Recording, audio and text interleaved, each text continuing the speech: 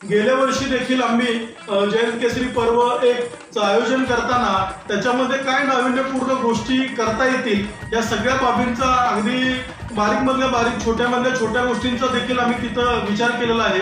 आमचं गेल्या वर्षीचं मैदान देखील एकदम रास्त आणि रितसर आणि पारदर्शक मैदान झालेलं आहे। मित्रांनो, आज आपण सांगली जिल्ह्यातील कासेगाव येणाऱ्या फेब्रुवारीमधली प्रसिद्ध शर्यत होणार आहे आणि या शर्यतीचं नियोजन कसं असणार आहे, या शर्यतीचे आढावा घेण्यासाठी आपण शर्यतीचा आज आपण शर्यतीचे सर्वेसर्वा माननीय अतुल भाऊ यांच्याकडे आलेला आहे। महत्त्वाचा विषय असा आहे की मित्रांनो, ही दुसरं पर्व आहे। मागील वर्षी याच कासेगावमध्ये शर्यत झालेली आहे, चांगली शर्यत झाली, आदर्शवत झाली आणि शर्यतीमध्ये काहीतरी टेक्नॉलॉजी चांगली यावी, राबवली जावी यासाठी अतुल भाऊंचा प्रयत्न असतो आणि ते सिद्ध करून दाखवतात की अशा प्रकारे आपण राबवू शकतो।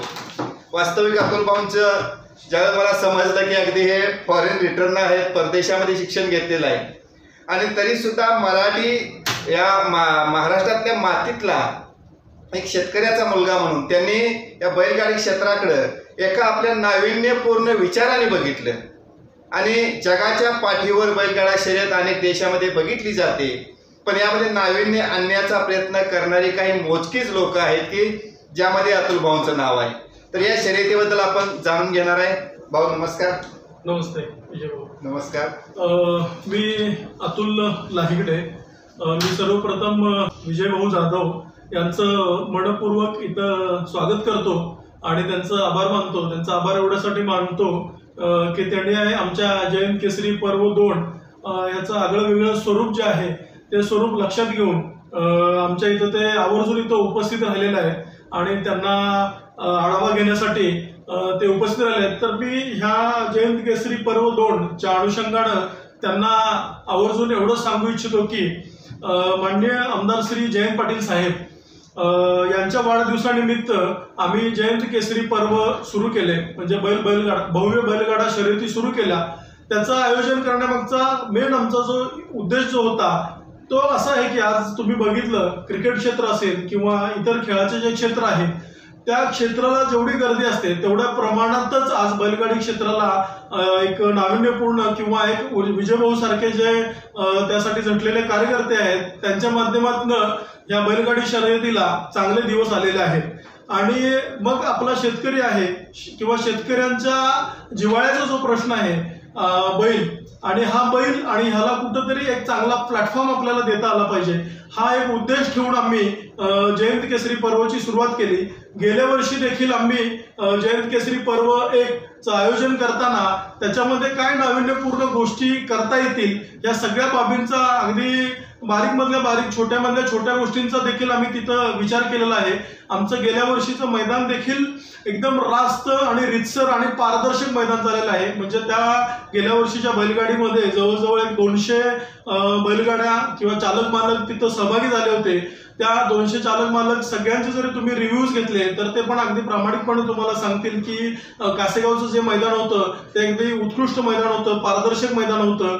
तर ते मैदान भरवत असताना सुद्धा आम्ही देखील बैल हा आमच्या डोळ्यासमोर ठेवून आणि तो बैल जो आहे तो जगला पाहिजे किंवा त्याच्याशी निगडीत ज्या गोष्टी आहेत चांगल्यातल्या चांगल्या गोष्टी असतील, जसं की आम्ही तो बैलांना म्हणजे उदाहरणार्थ सांगेल जास्त फुलात न जाता, म्हणजे बैलांना तो नंबरिंग करण्यासाठी जो कलर वापरला जातो तो सुद्धा स्क्रीन फ्रेंडली असावा, म्हणजे जेणेकरून त्याची जी स्किन आहे त्याला कुठली इजा होता कामा नये किंवा तिथं ज्या लागणाऱ्या प्रोव्हिजन आहेत त्याचं हेल्थ सर्टिफिकेट असेल किंवा वैद्यकीय पशु अधिकारी आहेत त्यांची प्रोव्हिजन असेल, या सगळ्या गोष्टी असतील किंवा तिथं अगदी आम्ही प्रिंटरपासून लॅपटॉपपासून सगळ्या सुविधा देण्याचा आम्ही गेल्या वर्षी देखील प्रयत्न केलेला आहे।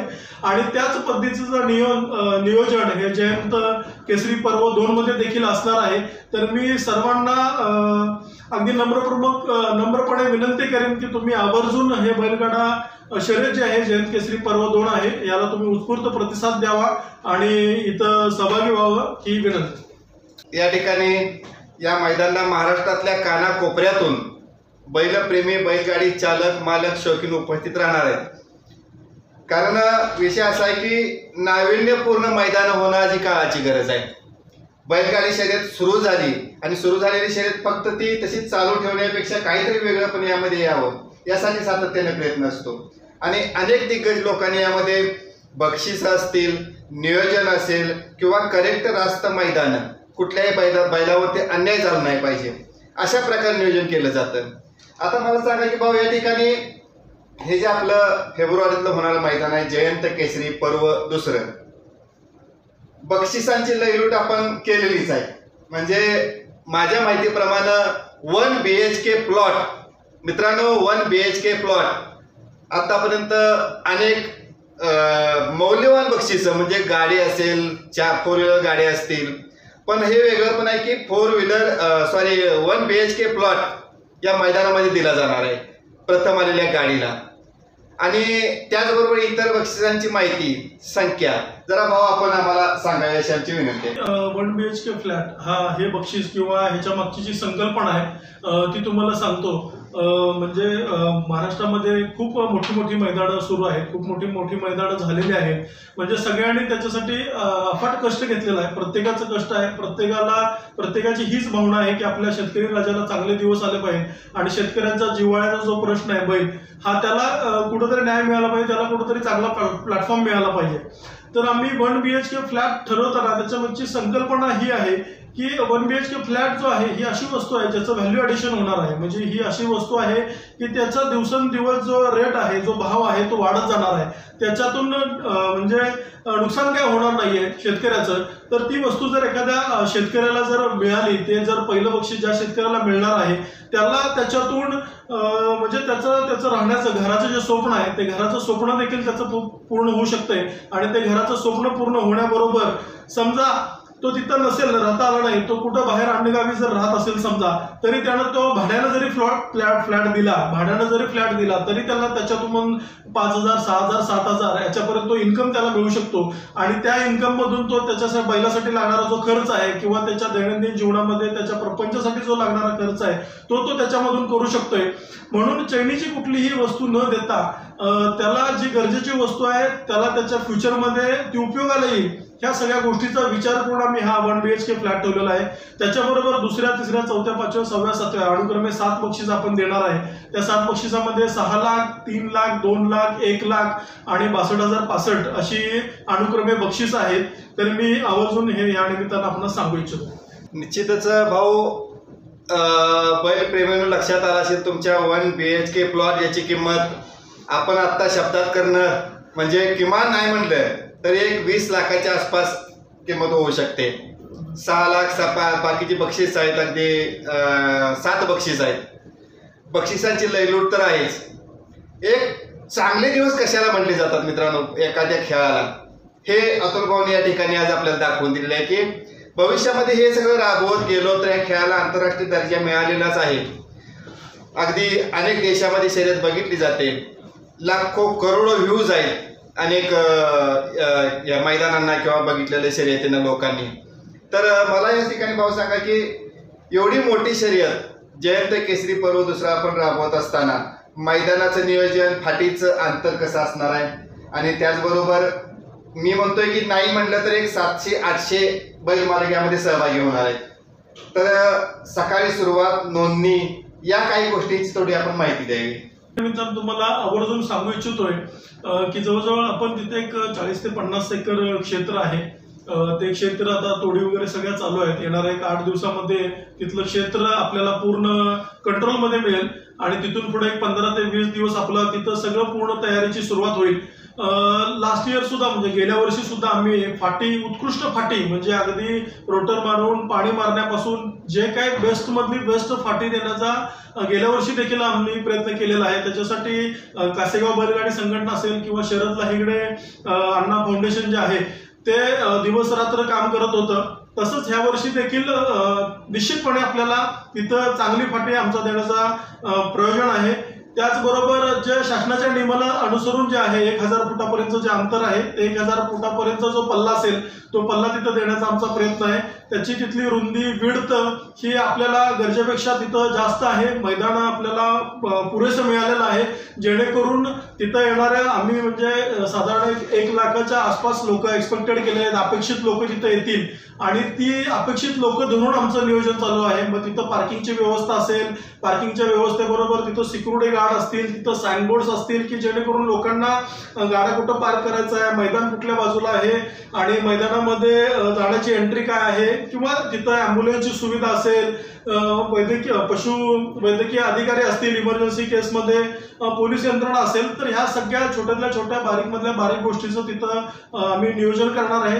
त्याचबरोबर फायनलचा जो विषय आहे, महत्वाचा विषय, की जो पब्लिक थोडंसं जास्त आला तर फायनलवरती जो इम्पॅक्ट होतो किंवा फायनल पळत असताना जे पब्लिक आतमध्ये येतंय त्याच्यासाठी सुद्धा आमचं वर्किंग चालू आहे आणि त्याच्यावरती निश्चित आम्ही उत्कृष्ट कारवाई करू की जेणेकरून येणाऱ्या भविष्य काळात जे बैलगाडी वेगवेगळ्या क्षेत्रामध्ये बैलगाडी होणार आहेत मोठ्या प्रमाणात, त्यांना याच्यातून थोडंसं काही ना काहीतरी आपल्याला वेगळं करता येईल की जेणेकरून पब्लिक आपल्याला थांबवता येतील. आणि ह्या निमित्तानं माझं बैलगाडा चालक मालक शौकीन जे आहेत किंवा जे येणारे प्रेक्षक जे आहेत त्यांना माझी हीच विनंती राहील की आपण सगळ्यांनी शेतकरी धर्म पाळूया. ह्या मैदानाला कुठलंही गालबोट लागणार नाही. आपण एक शेतकऱ्याचे पुत्र आहोत असं समजून आपण ह्या मैदानात उतरूया, जेणेकरून हा जे एवढं ऐतिहासिक किंवा नाविन्यपूर्ण मैदान आम्ही घेण्याचा जो प्रयत्न करत आहे ते तुमच्या प्रतिसादानं आणि तुमच्या सहभागानं निश्चितपणे चांगल्या रीतीनं पूर्ण होईल. धन्यवाद. मित्रांनो, अतुल भाऊंनी थोडक्यात आपल्याला जयंत केसरी पर्व दुसरे 17 फेब्रुवारीला होणाऱ्या मैदानाबद्दल रूपरेषा सांगितलेली आहे, प्राथमिक रूपरेषा. 1-2 मुलाखतीमध्ये मित्रांनो आपण अजून पुढची माहिती घेणार आहे. संयोजक या ठिकाणी, झेंडापंच किंवा समालोचक, ही सगळी टीम जी आहे, आता तुम्हाला सगळ्यांना माहिती आहे की या ठिकाणी मैदानावरती झेंडापंच, समालोचक हे काही आपले प्रसिद्ध लोक कायमची ठरलेले आहेत आणि त्यांच्या साक्षीनं किंवा त्यांच्या सहकार्यानं अतुल भाऊंचा प्रयत्न आहे की हे मैदान पार पडणार आहे. धनवडे बापू जे आहेत, सुनील मोरे भाऊ आहेत किंवा कोण म्हणलं प्रवीण घाटेजी, म्हणजे हे सगळे जी लोक आहेत ही सगळी मैदानावरती असणार आहेत. मी विजयभाऊ जाधव म्हणून तुम्हाला एक मित्रांनो विनंती करतोय किंवा आव्हान करतोय. तसं पाठीमागल्या वर्षी मी आपल्या चंद्रहार दादांनी भरवलेलं थारचं मैदान आपण यशस्वी पार पाडून दाखवलं. खूप लांबून लोक आली होती. तर तशाच प्रकारे मित्रांनो ही नाविन्यपूर्ण मैदानं यशस्वी करण्यामागं आपण हातभार लावला पाहिजे, या साक्षीदार झालं पाहिजे गोष्टींचं. आज प्लॉट देण्यामागला उद्देश असेल, बक्षिसांची लयलूट असेल, जसं दादांनी सांगितलं की फायनलच्या फेऱ्याला अगदी तो निर्विघ्नपणे पार पडला पाहिजे म्हणून केलेल्या उपाययोजना असतील, हॅलोजन असेल, अगदी रात्री 12 वाजता सुद्धा चक्क दिवसाचा उजेड दिसणार आहे. एवढा वेळ लागणार नाही मित्रांनो. ज्या धर्तीवरती पुसेगावचं मैदान 7-8 वाजेपर्यंत फायनल उरकलं त्या धर्तीवरती इथं होणार आहे, कारण तेवढं नियोजन असणार आहे. या तयारीला लागा. माझी सगळ्यांना आपल्याला विनंती आहे की या मैदानच्या जयंत केसरी पर्व दुसरं 17 फेब्रुवारीच्या तयारीला लागा. आणि मी स्वतः हजर असणारच आहे. तुमच्या सगळ्यांचं स्वागताला मी तिथं असणार आहे, पण तुम्ही सगळ्यांनी या मैदानामध्ये सहभाग घ्यावा आणि आपल्या चॅनलवरती अपडेट घेत राहा. अतुल भाऊ, आपण या मैदानाची तयारी सुरुवात याबद्दल खरोखरच चांगली माहिती दिली. आणि जसं मी सुरुवातीला तुम्हाला सांगितलं मित्रांनो की फॉरेन रिटर्न, परदेशामध्ये राहून परदेशामध्ये शिक्षण घेऊन परत आलेले अतुल भाऊ यांनी मातीशी जोडलेली नाळ आणि मातीचा खेळ याला कसं मोठं करायचं, अगदी खूप चांगली टेक्नॉलॉजी आहे तुम्हाला या मैदानामध्ये दिसून येईल मित्रांनो. आणि खरोखर या मैदानाला आपण मोठं करूया, सहभागी होऊया आणि साक्षीदार होऊया. या ठिकाणी मी अतुल भाऊ आपण दिलेल्या सहकार्याबद्दल, मुलाखतीबद्दल आपले धन्यवाद करतो. आणि जयंत केसरी पर्व दुसरं या मैदानाच्या पुढच्या तयारीला आपण लागूया. धन्यवाद.